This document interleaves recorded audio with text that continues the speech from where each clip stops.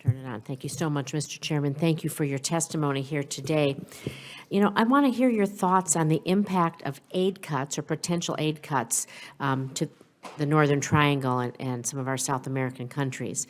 So we've been stated here, of course, it's a significant number of migrants arriving at the border, their children, their young adults, many of whom claim a fear of persecution or harm from gang activity, other criminal groups.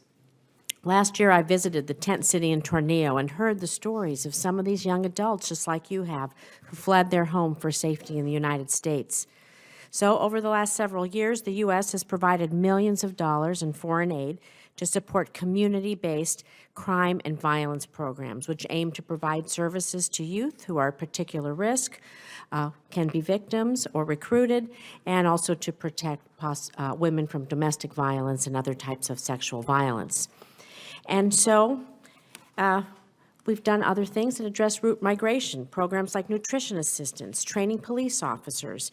The International Justice Mission's been working with local authorities in Guatemala to increase the prosecution of child sexual assault with support from a State Department grant.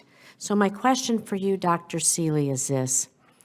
How do you feel cutting aid to these programs and other programs like this will impact the situation on the ground, including violence and impunity, and that motivate people to come to the United States?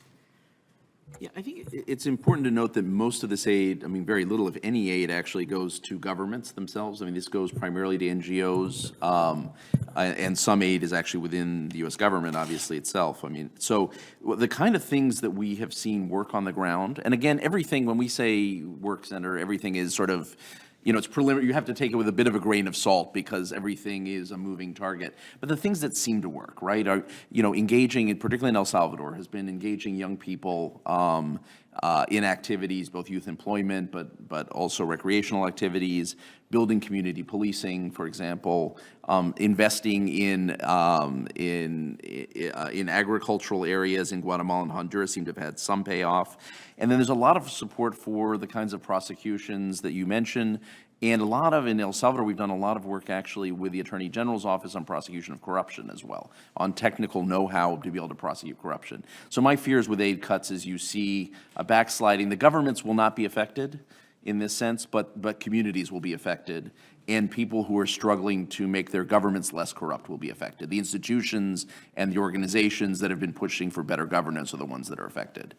And so if we do this to follow up and we remove some of our influence in the region, do you think other international actors like China are going to come in and fill this void, making us less safe and possibly increasing reasons for people to come? Well, Senator, certainly in El Salvador, the Chinese have been pushing in very aggressively to try and do a major development project and to become sort of the substitute for the U.S. I think the incoming government is more skeptical about that, but I think that is, obviously, if we withdraw our influence, the other actors will want to be present. We've seen this elsewhere in the hemisphere, right? Both China and Russia have been present in different countries where the U.S. is less active. So you would agree that increasing support, trying to find good ways to support, and of course measure how that may have an impact, gathering the data after, would be a good investment for the United States security. That would be a good investment. And I think one of the things that's been missing that we should do is actually gather data on what works. Right. Both tangible and intangible. I mean, it is both the programs that work, but also what made it work. And I think one of the things that seems to have worked in El Salvador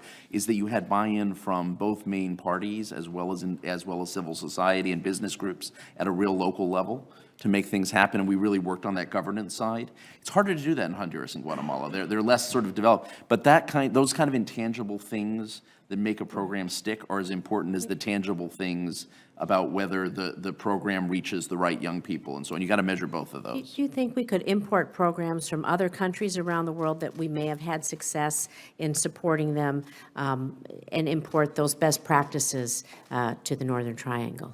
I think we can do that, but I think we also need to make sure we adapt it to the conditions on the ground. But certainly we have a lot of know-how, and it's not just us. In some of these countries, we are also working with the European Union, working with Canada. There are other governments. We tend to be the catalyst. Right. And I don't think we should forget that. I mean, I think the U.S., part of our role in the world is not doing everything ourselves, but we're the catalyst to get other people involved. Right, and just Right, trying and- to stop it at the core. by Yeah, boosting exactly. the And market. so I think if we see that leadership, others are going to also wonder, who have been trying to help out are also going to wonder. But I think bringing in that global knowledge, we could do a lot on the ground.